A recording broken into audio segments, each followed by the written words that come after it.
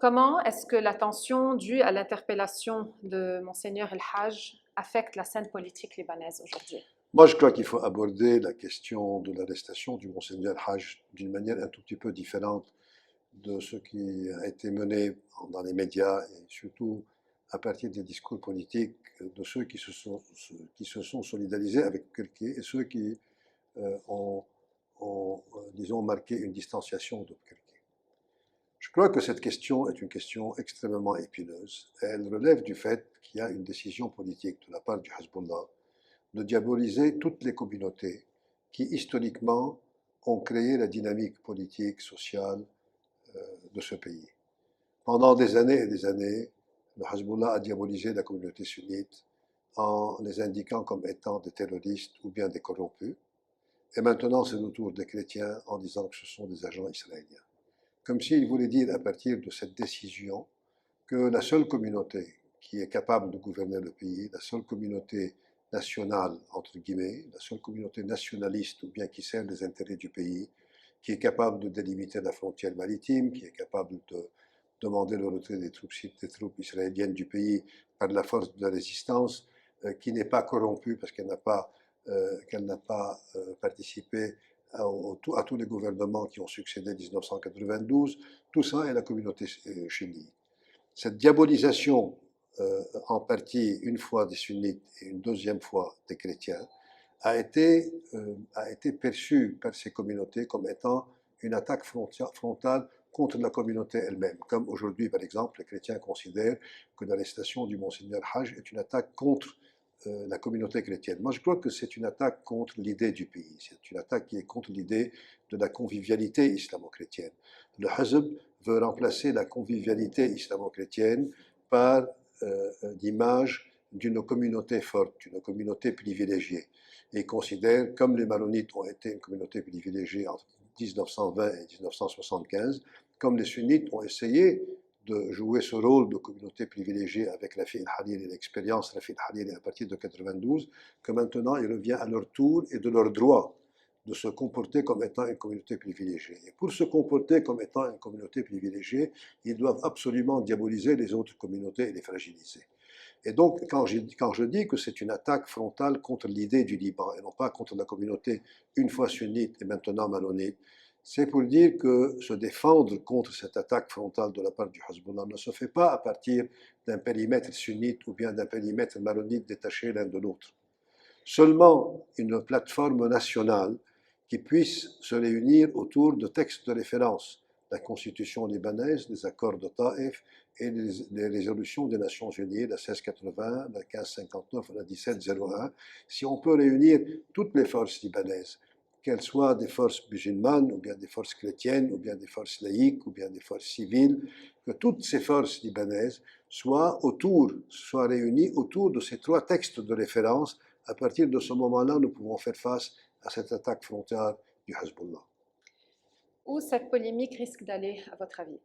Elle va aller loin, elle va aller pour faire exercer une pression extraordinaire contre le patriarche, contre l'Église, et d'essayer de faire une table rase sur le plan social, sur le plan politique libanais, de manière à ce que la communauté chiite et que le Hezbollah représentent d'un côté la communauté chiite, la communauté privilégiée du pays, alors que les autres sont taxés d'être ou bien terroristes ou bien agents israéliens, et que le Hezb soit le parti gouverneur du pays, ou qui remplace la démocratie, qui remplace les urnes. Ceux qui se rapprochent du Hezb vont se rapprocher de la vérité et du pouvoir. Ceux qui se détachent du Hezb vont être isolés dans leur coin politique et sans avoir aucune participation dans la vie politique du pays. Donc c'est l'idée de recréer un État fondé selon l'intérêt du Hezbollah qui, lui, à son tour, sert les intérêts de l'Iran dans la région. Nous avons remarqué un mot qui a été utilisé hier dans le discours du patriarche, qui est le mot occupation. C'est la première fois que le patriarche Ra'i parle d'occupation. Quelle signification vous donnez à ce discours? Très important et très dangereux, dans le sens que, premièrement, ce mot occupation est rentré dans la littérature politique libanaise et est devenu, au sein de cette littérature politique, et surtout au sein de la littérature politique de l'Église maronite. Cette Église est une Église qui ne ressemble pas à l'église polonaise à la fin des années 80. Ce n'est pas une église révolutionnaire, ce n'est pas une église catholique qui est soutenue par un pape polonais à Rome et qui est en train de faire disons, une révolution contre un establishment qui s'appelle l'URSS. C'est une église conservatrice, mais c'est une église opposante. Et donc, elle s'est opposée à la mainmise syrienne et maintenant elle s'oppose à la mainmise iranienne. Et quand il a prononcé le mot occupation, moi je crois qu'il faut donner à ce mot tout le sens. Parce que quand on parle d'un pays occupé, ça veut dire que l'État qui existe dans ce pays aujourd'hui sert les intérêts de l'occupant, il sert les intérêts de l'occupation. Donc, l'effondrement du secteur bancaire libanais a servi les intérêts de l'occupation, l'effondrement du secteur scolaire, du secteur universitaire, toute la raison d'être du pays, la raison d'être de ce pays qui représentait tant pour le monde arabe que pour le monde occidental un modèle de convivialité islamo-chrétienne, une plateforme économique, une plateforme monétaire, n'existe plus. Donc c'est un pays qui est sous occupation. Quand on parle d'un pays sous occupation, on ne peut plus rêver ou bien considérer qu'aller aux urnes ou bien changer d'une manière démocratique peut changer les choses. C'est une bataille de longue durée, de longue haleine, qui doit être réalisée par accumulation d'actions politiques et d'initiatives, et non pas par un seul coup. Un seul coup politique ne peut pas changer les données. Ces données doivent être changées sur le plan régional, sur le plan international et sur le plan national. Mais ce que le patriarche a fait est un pas en avant dans le sens de mettre devant les yeux de tous les Libanais que ce pays est un pays sous occupation. C'est très dangereux et très important ce que le patriarche avait dit. La prochaine échéance politique est celle de l'élection présidentielle. Comment ce bras de fer entre le Hezbollah et le patriarcat va impacter les élections présidentielles? Le vrai bras de fer n'est pas avec le patriarcat, il est entre l'Iran et les États-Unis. La scène de ce bras de fer va être le Liban et l'échéance présidentielle. Je reviens dans mes souvenirs à l'an 2004, à l'époque où Bachar al-Assad avait pris la décision de reconduire Émile Lahoud pour un nouveau mandat de 3 ans. À l'époque, la communauté internationale avait fait paraître la résolution 1559 48 heures avant la réélection de Émile Lahoud. Dans la 1559, le premier point de la 1559 est le respect de la constitution libanaise et la nécessité de voter un nouveau président. Bachar al-Assad était devant un carrefour de décision.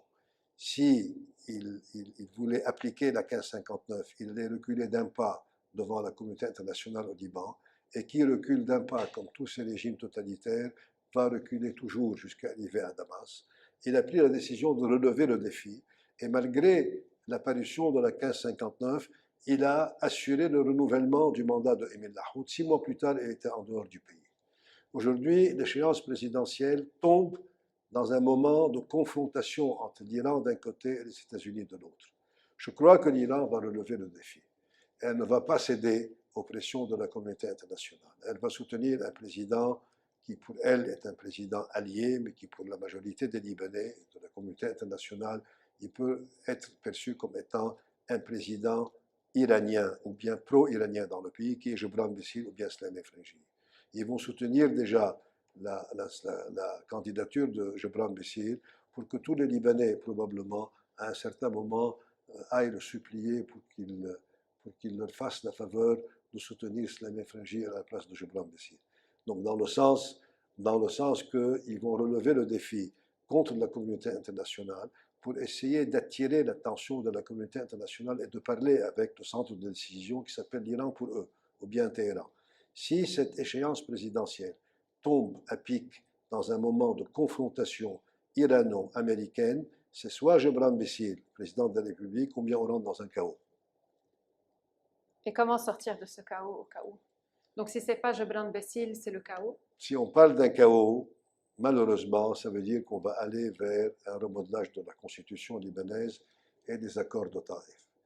Faut-il qu'à partir d'ici Beyrouth, je voudrais lancer un appel à tous les Libanais, mais surtout à la communauté à laquelle j'appartiens, qui sont la communauté chrétienne. Sortir des accords de Taïf veut dire aller vers l'inconnu. Jamais on aura aujourd'hui, selon l'équilibre de force intérieur et régional, jamais on aura en tant que chrétien plus de pouvoir ou de prérogatives que ce qu'il y a actuellement au sein des accords de Taïf.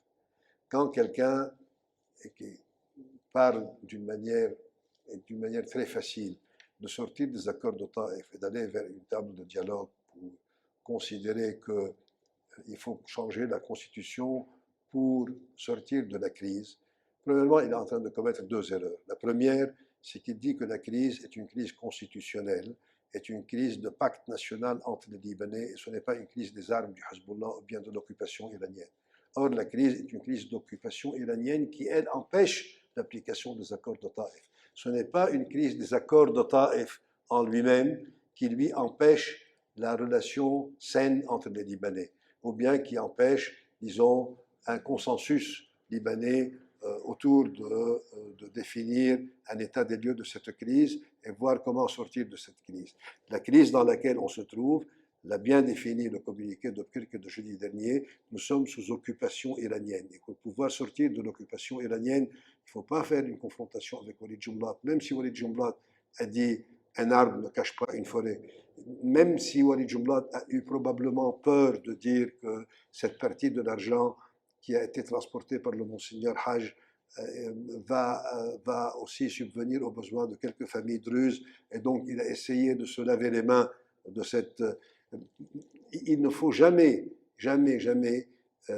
perdre la cible, aller vers une nouvelle orientation politique. La seule orientation sur laquelle il faut vraiment mettre tous les efforts, c'est que c'est un pays qui est sous occupation. Notre économie est sous occupation. Notre secteur bancaire s'est effondré à cause de cette occupation. Notre secteur scolaire, sanitaire, hospitalier, notre raison d'être, tous nos jeunes sont en dehors du pays, c'est à cause de cette occupation et qui aujourd'hui continue à jongler avec les communautés en essayant de leur dire que chaque communauté devrait vivre ses problèmes d'une manière indépendante de l'autre. Nous sommes lavé les mains en tant que chrétiens quand pendant 15 ans, 20 ans, ils ont diabolisé les sunnites dans ce pays en considérant que très probablement ce qui est en train de se passer est une guerre entre les deux ailes de l'islam, entre sunnites et chiites, et que ça ne nous regardait pas. Aujourd'hui, j'ai peur que l'islam se lave les mains de ce que nous sommes en train de vivre avec cette accusation de la part du Hezbollah en disant que vous êtes des agents. On ne peut pas faire un pays si chaque communauté est en train de vivre à l'intérieur de son périmètre d'intérêt, elle est à l'intérieur de considérer qu'elle peut vraiment sortir de la crise sans avoir une collaboration, sans avoir une association culturelle, politique d'intérêt avec les autres communautés. Comment interpréter la position actuelle du CPL? Parce que le CPL est très clair. Moi, ça ne me fâche pas. On dirait qu'il est tiraillé entre le Hezbollah et le patriarcat. Non, je ne crois pas. Il n'est pas tiraillé du tout. Le CPL est très clair. Il a fait un pacte entre lui et le Hezbollah en 2006. C'est un troc qui a été réalisé entre un parti chrétien et un parti qui est pour moi une organisation terroriste et qui domine le pays. Ce pacte est basé sur un échange de services. Le CPL assure une légitimité, entre guillemets, chrétienne et nationale pour des armes illégales. Ces armes illégales assurent pour le compte du CPL des intérêts et qui peut arriver même à l'élection de Michel Aoun en 2016, président de la République, et qui peut continuer. Ça, c'est un troc qui a été réalisé avec... Moi, je suis contre ce troc. Je ne suis pas du tout défendeur du CPL. Je considère que ce qui a été fait entre le CPL et le Hezbollah a été néfaste, a été complètement... Il a sapé les fondements de la convivialité islamo-chrétienne du pays. Nous avons vécu une période d'alliance entre les Druzes et les Maronites. Ça s'est terminé en 1860 avec un bain de sang. Nous avons fait une alliance entre les Sunnites et les Maronites en 1943. Ça s'est terminé avec un bain de sang en 1975. Si maintenant on va vers une alliance maronito-chiite, ça va probablement se terminer un jour dans un bain de sang. Et donc je suis absolument contre cette alliance entre deux communautés qui visent une troisième communauté ou bien qui a pour but de marginaliser la troisième communauté. Mais je crois qu'eux sont très clairs et dans ce pacte et dans ce troc, les deux parties ont respecté le troc. D'un côté, le CPL a eu le courage d'assurer une couverture légale au Hezbollah Et d'un autre côté, le Hezbollah a été aussi honnête avec le CPL, il l'a bien payé, il l'a bien rémunéré. Et Michel Aoun est devenu président de la République libanaise. Dans, disons, la raison de cet acharnement contre le Monseigneur Haj et contre l'Église, c'est qu'il va y avoir une réussite dans la délimitation de la frontière maritime de la part du Hezbollah. Et pendant la prochaine visite de Hochstein, nous allons probablement faire face à, disons, une déclaration qui pourrait mettre fin à cette question de délimitation, cette question épineuse de délimitation en faveur du Liban, dans le sens obtenir la ligne 23 avec probablement le droit de forage dans les fermes de Cana maritime, ou bien dans l'espace de Cana maritime. Donc à ce moment-là, qu'est-ce que le Hezbollah va dire? Il va dire il y a une communauté de résistants, une communauté acharnée, une communauté idéologiquement prête, une communauté qui sait comment dealer et négocier avec l'ennemi israélien, qui assure les intérêts du pays manu militare en envoyant des drones sur la frontière. Et il y a une autre communauté de collaborateurs qui vont chez le Mossad et qui vont chez les Israéliens, qui amènent des médicaments et qui amènent de l'argent à l'intérieur du pays. À savoir aussi qu'au cas où il va y avoir des limitations de frontières, et au cas où il va y avoir extraction de gaz des champs libanais, ce gaz libanais va être acheminé vers l'Europe dans le même aqueduc que le gaz israélien. Donc c'est un grand bluff. Ils sont en train de diaboliser toute une communauté en les traitant d'agents et de collaborateurs avec les Israéliens, alors qu'eux, avec cette délimitation de frontières, sont en train de définir les règles de distribution de cette richesse gazière qui existe dans le sud de notre pays.